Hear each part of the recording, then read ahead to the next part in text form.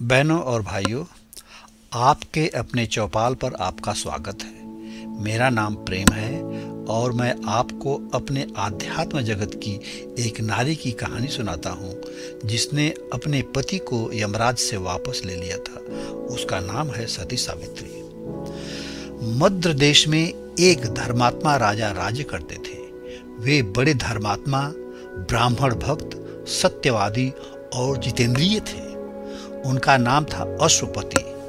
नगर और देश की प्रजा उन पर बहुत प्रेम रखती थी। वे सदा सब प्राणियों के हित साधन में लगे रहते थे। राजा के यहाँ सब प्रकार का सुख था, किंतु उनके कोई संतान नहीं थी। इसलिए उन्होंने संतान प्राप्ति के उद्देश्य से कठोर तपस्या आरंभ कर दी। कठोर नियमों का पालन करते हुए उन्होंने 18 वर्षों तक सावित्री देवी की आराधना की। 18वां वर्ष पूर्ण होने पर देवी ने राजा को प्रत्यक्ष दर्शन दिया और तुम्हें शीघ्र ही एक तेजस्विनी कन्या प्राप्त होगी, यूं वर देकर सावित्री अंतर्ध्यान हो गई। राजा अपने नगर में लौटकर धर्मपूर्वक प्रजा का पालन करने लगे। तदंतर समय आने पर राजा की बड़ी महारानी ने, जो मालव नरेश की कन्या थी, गर्भ धारण किया। यथा समय रानी के गर्भ से कमल के समान नेत्रों वाली एक कन्या प्रकट हुई। राजा ने प्रसन्न होकर उस कन्या के जात कर्म आदि संस्कार किए। उस कन्या के लिए सावित्री मंत्र द्वारा हवन किया गया और सावित्री ने ही प्रसन्न होकर उसे दिया था। इसलिए ब्राह्मणों ने यथा कन्या के पिता ने भी उसका नाम सावित्री रखा। राजकन्या मूर्तिमती लक्ष्मी के समान दिनों दिन बढ़ने लगी। धीरे धीरे उसने युवा अवस्था में प्रवेश किया। राजा की वह सुंदरी कन्या सोने की प्रतिमा के समान तेज से उद्दासित हो रही थी। जो ही उसके पास आता वही दिव्य तेज से प्रतिहत हो जाता। उसे देखकर सब यही कहते, यह मानवी नहीं कोई देव कन्या है। इसलिए कोई भी राजा या राजकुमार उसका वर्ण न कर सका। कन्या को सयानी देख राजा को उसके विवाह के बड़ी चिंता हुई। वे एक दिन बोले, बेटी, अब तू विवाह के योग्य हो गई है, इसलिए स्वयं ही अपने योग्य वर की खोज कर। यो कहकर राजा ने वृद्ध मंत्रियों को साथ जाने और यात्रा की तैयारी करने का आदेश दिया। सावित्री ने कुछ संचकित होकर पिता के चरणों का स्पर्श किया और उनकी आज्ञा मानकर राजभवन से निकली। द्वार पर सोने का रथ तैयार खड़ा था। सावित्री उस पर जा बैठी और बड़े बूढ़े मंत्रियों से सुरक्षित हो राजर्षियों के रमणीय तपोवनों में विचरण करने लगी। माननीय वृद्ध वृक्षों को नमस्कार करती, ब्राह्मणों को धन देती तथा नाना प्रकार के पुण्य करती हुई वह भिन्न भिन्न तीर्थों और देशों में घूमती रही। एक दिन मद्रराज अश्वपति अपनी राजसभा में बैठे हुए नारद से वार्तालाप कर रहे थे। उसी समय समस्त तीर्थों की यात्रा पूरी करके सावित्री मंत्रियों के साथ पिता के घर लौट आई। उसने पिता को नारद के साथ बैठे हुए देखकर उन दोनों के चरणों में प्रणाम किया। नारद जी ने पूछा, राजन, आपकी यह कन्या कहाँ गई थी और कहाँ से आई है? अब तो यह सयानी हो गई, आपने अभी तक इसका विवाह क्यों नहीं किया? राजा ने कहा, देवर्षे, इसी कार्य के लिए मैंने इसे भेजा था। यह अभी अभी लौटी है। अब इसी के मुंह से सुनिए, इसने किसको अपना पति चुना है। नारद जी से ऐसा कहकर अश्वपति ने अपनी पुत्री से कहा, बेटी, तुम अपना सब वृत्तांत सुनाओ। सावित्री ने संक्षेप से ही उत्तर दिया। साल्व देश के एक धर्मात्मा राजा थे। उनका नाम धृतमसेन है। वे पहले राज्य करते थे, किंतु पीछे उनकी आंख अंधी हो गई। उस समय उनका पुत्र बहुत छोटा था। शत्रुओं को आक्रमण करने का मौका मिल गया। पड़ोस में ही एक राजा था जिसके साथ उनकी पहले से शत्रुता चली आ रही थी। उसी ने उनका राज्य छीन लिया। तब वे गोद में बालक लिए हुए पत्नी के साथ वन में चले गए और वहां उत्तम नियमों का पालन करते हुए तपस्या में लग गए। उनके पुत्र सत्यवान, जो नगर में जन्म लेकर तपोवन में पले और बढ़े हैं, सर्वथा मेरे योग्य हैं। अतः मैंने अपने मन से उन्हीं को अपना पति चुना है। यह सुनकर नारद जी सहसा बोल उठे, राजन, यह तो बड़ी खेद की बात हो गई। सावित्री ने बड़ी भूल की है। बेचारी जानती नहीं थी, इसलिए उत्तम गुणों से युक्त सत्यवान का वर्ण कर लिया। उस राजकुमार के पिता और माता सदा सत्य ही बोलते हैं, इसीलिए ब्राह्मणों ने उनका नाम सत्यवान रख दिया। राजा ने कुछ चिंतित होकर पूछा, नारद जी, क्या इस समय भी माता पिता के प्रति भक्ति रखने वाला सत्यवान तेजस्वी, बुद्धिमान, क्षमावान और सूरवीर है? नारद जी ने कहा, धुत्मसेन का वह वीर पुत्र सूर्य के समान तेजस्वी, बृहस्पति के सदृश बुद्धिमान, इंद्र के समान वीर, पृथ्वी की भांति क्षमाशील, रत्नदेव के समान दानी, उसी नरपुत्र शिवी के समान ब्राह्मण भक्त और सत्यवादी ययाति के समान उदार, चंद्रमा के समान नयनाभिराम और अश्विनी कुमारों के समान रूपवान है। वह जितेंद्रिय, विनयी, पराक्रमी, सत्य प्रतिज्ञ, मिलनसार, ईर्ष्या रहित, लज्जाशील और तेजस्वी है। राजा ने चकित होकर कहा, मुनिवर, आपने तो उसे समस्त गुणों का भंडार बता दिया। उसमें कोई दोष भी है क्या? नारद जी बोले, राजन, दोष तो उसमें एक ही है, जिसने समस्त गुणों पर पर्दा डाल दिया है।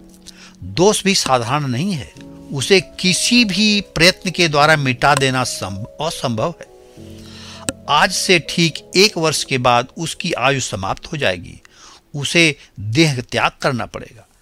नारद की बात सुनकर राजा अश्वपति व्यग्र हो गए।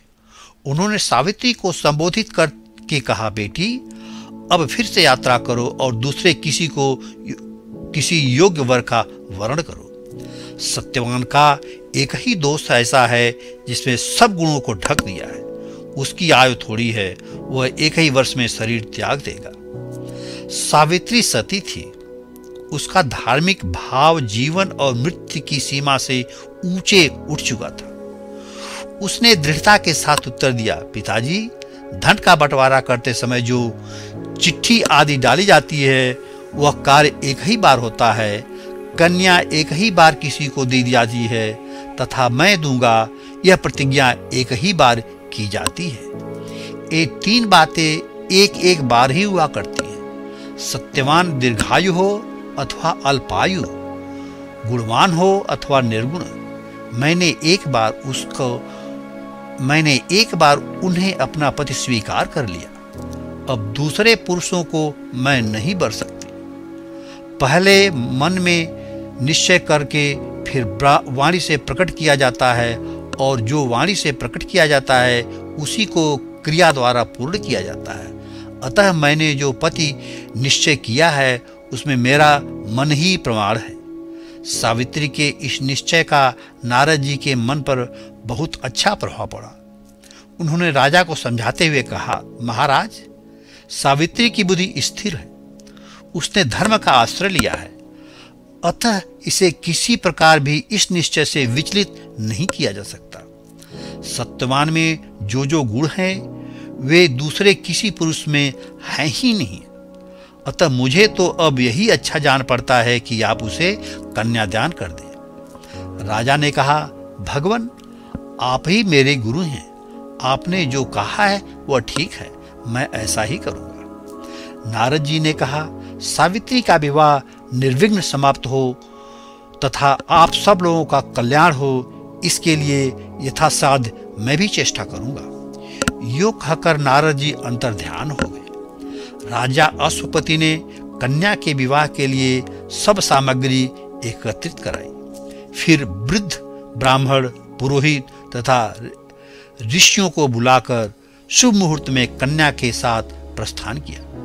राजा द्युम्नसेन के पवित्र आश्रम पर पहुंचने के बाद राजा अश्वपति सवारी से उतर पड़े और ब्राह्मणों के साथ पैदल ही उस राजर्षि के समीप गए।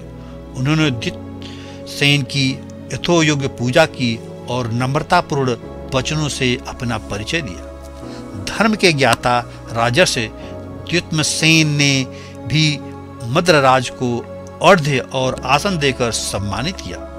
तत्पश्चात अश्वपति ने कहा, राजर्षि, मेरी कन्या सावित्री यहाँ उपस्थित है। आप धर्मानुसार इसे अपने पुत्र वधू के रूप में ग्रहण करें।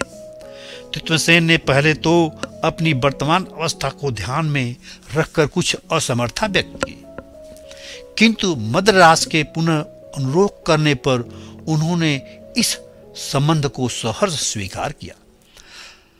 तदंतर उस आश्रम में रहने वाले संपूर्ण ब्राह्मणों को बुलाकर दोनों राजाओं ने विधिपूर्वक वर वधू का विवाह संस्कार संपन्न कराया। राजा अश्वपति कन्यादान के साथ ही यथायोग्य वस्त्राभूषण आदि दहेज में देकर प्रसन्नतापूर्वक अपने नगर को चले गए।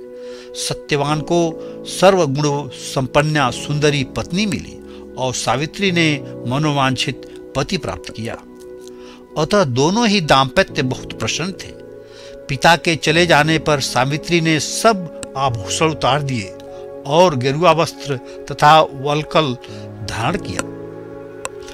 उसने सेवा भाव, सद्गुण, विनय, संशय तथा सबके मन के अनुसार कार्य करने आदि के द्वारा सबको प्रसन्न कर लिया। वह सास को नहलाती धुलाती, उनके पैर दबाती, बिछावन करती, ओढ़ने और पहनने के लिए वस्त्र आदि देती और उनकी संभाल करती। इससे सास को वह प्राणों से भी अधिक प्रिय हो गई।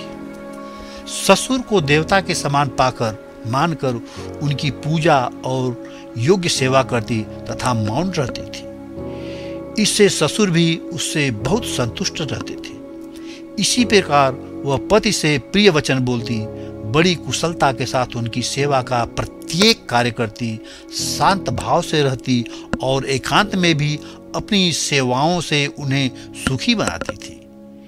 इन सब गुणों से पतिदेव भी उसके ऊपर बहुत संतुष्ट रहते थे। इस प्रकार उस आश्रम में रहकर तपस्या करते हुए उन सब लोगों का कुछ समय बीता। सावित्री को नारद जी की बात भूलती नहीं थी। दिन रात उन्हीं की चिंता में वह गली जा रही थी। दिन बीतने क्या देर लगती है। वह समय भी आ पहुंचा जिसमें सत्यवान की मृत्यु निश्चित थी। सावित्री एक एक दिन गिनती रहती थी। जब उसने देखा आज के चौथे दिन पतिदेव की मृत्यु होने वाली है, तो उसने 3 रात का निराकार व्रत धारण किया। रात दिन स्थिर होकर बैठी रहती। जब सत्यवान के जीवन का एक ही दिन शेष रह गया, तो उस दिन रात में सावित्री को बड़ा दुख हुआ। उसने बैठे ही बैठे सारी रात बिता दी। सवेरा होने पर यह सोचकर कि आज ही वह दिन है, उसने 2 घड़ी दिन आते आते अपना सारा प्रातः कृत्य समाप्त कर लिया। फिर प्रज्वलित अग्नि में हवन किया और आश्रम पर रहने वाले समस्त ब्राह्मणों, वृद्ध पुरुषों तथा सास ससुर के चरणों में क्रमशः प्रणाम करके वह हाथ जोड़कर खड़ी रही। उस तपोवन के सभी तपस्वियों ने सावित्री को सौभाग्यवती होने का आशीर्वाद दिया। सावित्री ने भगवान का चिंतन करते हुए ऐसा ही हो इस भावना के साथ उनका आशीर्वाद ग्रहण किया। इसके बाद नारद जी के कथानुसार वही काल और वही मुहूर्त समीप आ गया। यह सोचकर सावित्री के मन में बड़ा दुख होने लगा। इतने ही में सत्यवान कंधे पर कुल्हाड़ी रखकर वन में समिधा लाने के लिए तैयार हुआ। यह देख सावित्री ने कहा, नाथ, आज आप अकेले न जाएं, मैं भी आपके साथ चलूंगी। सत्यवान बोला, प्रिय, वन का रास्ता कठिन है। तुम वन में पहले कभी नहीं गई हो। इधर व्रत और उपवास से ने तुम्हें दुर्बल बना दिया है, अतः पैदल कैसे चलोगे? सावित्री ने कहा, उपवास से मुझे कोई कष्ट और थकावट नहीं है। चलने के लिए मन में उत्साह है, इसलिए रोकिए मत। सत्यवान बोला, यदि तुम्हें चलने का उत्साह है तो मैं मना नहीं करूंगा, किंतु माता और पिता से आज्ञा ले लो। यह सुनकर सावित्री ने सास ससुर के चरणों का स्पर्श किया और कहा, मेरे स्वामी फल आदि लाने के लिए वन में जा रहे हैं। यदि सास जी और ससुर जी आज्ञा दें तो मैं आज मैं भी इनके साथ जाना चाहती हूँ। चित्रसेन ने कहा, सावित्री, जब से बहू होकर तुम मेरे घर में आई है तब से अब तक इसने कभी किसी बात के लिए याचना की हो उनका मुझे स्मरण नहीं है। अतः आज इसकी इच्छा अवश्य पूरी होनी चाहिए। अच्छा बेटी, तू जा, मार्ग में सत्यवान की संभाल रखना। सास ससुर की आज्ञा पाकर यशस्विनी सावित्री पति के साथ वन की ओर चली। उसके मुंह पर तो हंसी थी, किंतु हृदय में दुख की आग जल रही थी। सत्यवान ने पहले तो स्त्री के साथ फलों का संग्रह करके टोकरी भर ली, फिर लकड़ियां काट काट कर गिराने लगा। लकड़ी काटते काटते परिश्रम के कारण उसे पसीना आ गया और सिर में बड़े जोर से दर्द उठा। लकड़ी काटना छोड़ कर वह अपनी पत्नी के पास गया और इस प्रकार बोला, प्रिय, आज परिश्रम के कारण मेरे सिर में दर्द होने लगा है, सारा शरीर टूट रहा है, कलेजे में भी बड़ी पीड़ा है। इस समय मैं अपने को अस्वस्थ सा देख रहा हूँ। ऐसा जान पड़ता है कोई मेरे मस्तिष्क में बर्छियों से छेद रहा है। अब तो खड़ा रहने की भी शक्ति नहीं है।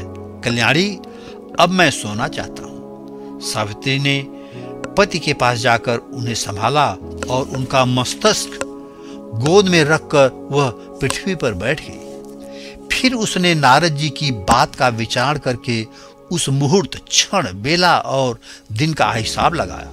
ठीक वही समय आ पहुंचा था। इतने में ही एक पुरुष दिखाई दिया जो लाल वस्त्र पहने था। उसके माथे पर मुकुट था। वह अत्यंत तेजस्वी होने के कारण साक्षात सूर्य देव सा जान पड़ता था। उसके सुंदर शरीर का रंग सांवला था, नेत्र लाल लाल दिखाई देते थे, हाथ में पाश और देखने में उसकी आकृति भयंकर जान पड़ती थी। वह सत्यवान के पास खड़ा उसी की ओर देख रहा था। उस अद्भुत पुरुष को देखकर सावित्री ने पति का मस्तक भूमि पर रख दिया। फिर सहसा उठकर खड़ी हो गई और प्रणाम करके बोली, आप कोई देवता जान पड़ते हैं, क्योंकि आपका शरीर मनुष्य का सा नहीं है। यदि आपकी इच्छा हो तो बताइए, आप कौन है और क्या करना चाहते हैं। वह पुरुष और कोई नहीं, साक्षात यमराज थे। उन्होंने कहा, सावित्री, तू पतिव्रता तपस्विनी है, अतः मैं तुझसे वार्तालाप कर सकता हूँ। तुझे मालूम होना चाहिए कि मैं यमराज हूँ। तेरे पति की आयु का समाप्त हो चुकी है, अतः मैं इसे लेने आया हूँ। सावित्री बोली, भगवान, मैंने तो सुना है जीवों को ले जाने के लिए आपके दूत आया करते हैं, आप स्वयं कैसे पधारे। यमराज बोले, सत्यवान परम धर्मात्मा है, वह दूतों द्वारा ले जाने योग्य नहीं है, अतः मैं स्वयं आया हूँ। इतना कहकर यमराज ने सत्यवान के शरीर से अंगूठे के बराबर आकार वाला जीव निकाला। वह पास में बंधा था। उसे लेकर वे दक्षिण दिशा की ओर चले। यह देख सावित्री दुख से आतुर हो उठी और यमराज के पीछे पीछे चल दी। यमराज ने कहा, सावित्री, तू कहाँ? तू तो अब लौट जा और इसका दाह संस्कार कर। पति सेवा से के ऋण से तू मुक्त हो चुकी है और पति के पीछे जहां तक जाना चाहिए वहां तक आ चुकी है। सावित्री बोली, भगवान, जहां मेरे पतिदेव जाएं वहां मुझे भी जाना चाहिए। आपकी दया से मेरी गति कहीं कुंठित नहीं हो सकती है। नारी के लिए पति का अनुसरण ही सनातन धर्म है। यमराज ने कहा, सावित्री, तेरा धर्मानुकूल युक्त बात सुनकर मुझे बड़ी प्रसन्नता हुई है, अतः सत्यवान के जीवन के अतिरिक्त कोई भी वर मुझसे मांग ले। सावित्री ने कहा, देव, मेरे ससुर के नेत्र की ज्योति नष्ट हो गई है, वह उनको पुनः प्राप्त हो जाए और वे बलवान तथा तेजस्वी हो जाए। यमराज ने कहा, एवं अस्तु, ऐसा ही होगा। अब तू लौट जा, नहीं तो थक जाएगी। सावित्री ने कहा, पति के समीप रहते हुए मुझे किसी प्रकार की थकावट नहीं हो सकती। जहां मेरे प्राणनाथ रहेंगे वहीं मेरे लिए भी आश्रय मिलना चाहिए, अतः मैं तो इनके साथ ही चलूंगी। दूसरा लाभ है सत्संग। सत्य पुरुषों का संग एक बार भी मिल जाए तो वह अभिष्ट की पूर्ति वाला होता है। यदि उनसे प्रेम हो जाए तब तो कहना ही क्या। संत समागम कभी निष्फल नहीं होता, अतः सदा सत्पुरुषों के साथ ही रहना चाहिए। यमराज बोले, सावित्री, तूने जो बात कही है वह सबके लिए हितकर तथा मुझे अत्यंत प्रिय है। अतः सत्यवान के शरीर को छोड़कर तू पुनः कोई दूसरा वर मांग। सावित्री ने कहा, मेरे ससुर का खोया हुआ राज्य उन्हें स्वतः प्राप्त हो जाए तथा वे कभी धर्म का परित्याग न करें। यमराज ने वह वरदान भी दे दिया और कहा, अब तू लौट जा। किंतु सावित्री पूर्ववत उनके पीछे ही लगी रही। चलते चलते उसने कहा, देव, आप सारी प्रजा का नियम करने वाले हैं, अतः यम कहलाते हैं। मैंने सुना है, मन, वचन और क्रिया द्वारा किसी भी प्राणी के प्रति द्रोह न करके सब पर समान रूप दया करना और दान देना श्रेष्ठ पुरुषों का सनातन धर्म है। यूं तो संसार के सभी लोग यथाशक्ति कोमलता का बर्ताव करते हैं, किंतु जो श्रेष्ठ पुरुष हैं वे अपने पास आए हुए शत्रु पर भी दया ही करते हैं। यमराज बोले, कल्याणी, जैसे प्यासे को पानी मिलने से तृप्ति होती है, उसी प्रकार तेरी धर्मानुकूल बातें सुनकर मुझे प्रसन्नता होती है। अतः सत्यवान के जीवन के सिवा कोई तीसरा वर मांग। सावित्री ने कहा, मेरे पिता अश्वपति के कोई पुत्र नहीं है, उन्हें 100 और पुत्र देने की कृपा करें। यमराज ने इसके लिए भी हामी भर दिया और कहा, सावित्री, तू बहुत दूर आ गई है, अब लौट जा। सावित्री ने कहा, मैं पति के समीप हूं, अतः दूरी का मुझे अनुभव नहीं होता। पति से दूर रहना ही नारी के लिए दुख की बात है। आप मेरी 2-1 बातें और सुने। विवस्वान सूर्यदेव के पुत्र होने से आपको वैवस्वत कहते हैं। आप शत्रु मित्र आदि के भेद को भुलाकर सबका समान रूप से न्याय करते हैं। इसी से सब प्रजा धर्म का आचरण करती है और आप धर्मराज कहलाते हैं। अच्छे मनुष्यों का संतों पर जैसा विश्वास होता है वैसा अपने पर भी नहीं, अतएव वे संतों पर ही अधिक अनुराग करते हैं। विश्वास ही सौधार्य का कारण है तथा सौधार्य ही विश्वास का। सत्य पुरुषों में सबसे अधिक सौहार्द का भाव होता है, इसलिए उन पर सभी विश्वास करते हैं। यमराज बोले, सावित्री, तूने जो बातें कही है वैसी मैंने किसी के मुंह से नहीं सुनी, अतः मेरी प्रसन्नता और भी बढ़ गई है। अब तू सत्यवान के सिवा कोई चौथा वर भी मांग ले। सावित्री ने कहा, भगवान, मुझे भी कुल की वृष्टि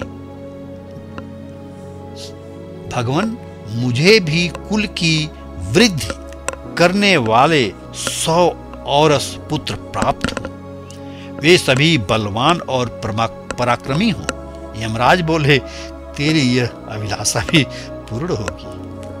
अच्छा, अब बहुत दूर चली आई है, जा, लौट जा। सावित्री ने अपनी धार्मिक चर्चा बंद नहीं की। वह कहती गई, सत्य पुरुषों का मन सदा धर्म में ही लगा रहता है। सत्य पुरुषों के साथ जो समागम होता है वह कभी व्यर्थ नहीं जाता। संतों से कभी किसी को भय नहीं होता। सत्य पुरुष सत्य के बल से सूर्य को भी अपने समीप बुला लेते हैं। वे ही अपने प्रभाव से पृथ्वी को धारण करते हैं। भूत और भविष्य के आधार भी वे ही हैं। उनके बीच में रहकर श्रेष्ठ पुरुषों को कभी खेद नहीं होता। दूसरों की भलाई सनातन सदाचार है। ऐसा मानकर सत्य पुरुष प्रत्यु प्रकार की आशा न रखते हुए सदा परोपकार में ही लगे रहते हैं। सावित्री की बातें सुनकर यमराज दया से द्रवित हो उठे और बोले, पतिव्रते, तेरी ये धर्मानुकूल बातें गंभीर अर्थ से युक्त तथा मेरे मन को लुभाने वाली है। तू ज्यों ज्यों ऐसी बातें सुनाती है त्यों ही तो मेरे प्रति अधिक श्रद्धा बढ़ती जाती, त्यों ही त्यों तेरे प्रति अधिक श्रद्धा बढ़ती जाती है। अतः तू मुझसे कोई अनुपम वर मांग। सावित्री ने कहा, भगवत, अब तो आप सत्यवान के जीवन का ही वरदान दीजिए, इससे आपके ही सत्य और धर्म की रक्षा होगी। आप मुझे सपुत्र देन होने का वर दे चुके हैं, उसकी सिद्धि पति के बिना कैसे हो सकती है?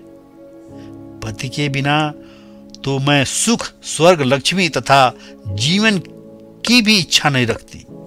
धर्मराज वचनबद्ध हो चुके थे।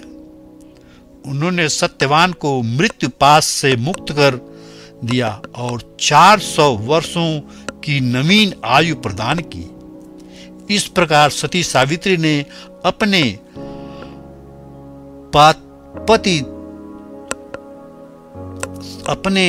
पातिव्रत्य से के प्रताप से पति को मृत्यु के मुख से लौटाया तथा वह पतिकुल और पितृकुल दोनों की अभिव्यक्ति में सहायक हुई। यह है सती धर्म को अमोघ शक्ति। आज की सती सावित्री की कहानी यही समाप्त हुई। आप सभी को इस कहानी का सुनने के लिए बहुत बहुत धन्यवाद। नमस्कार।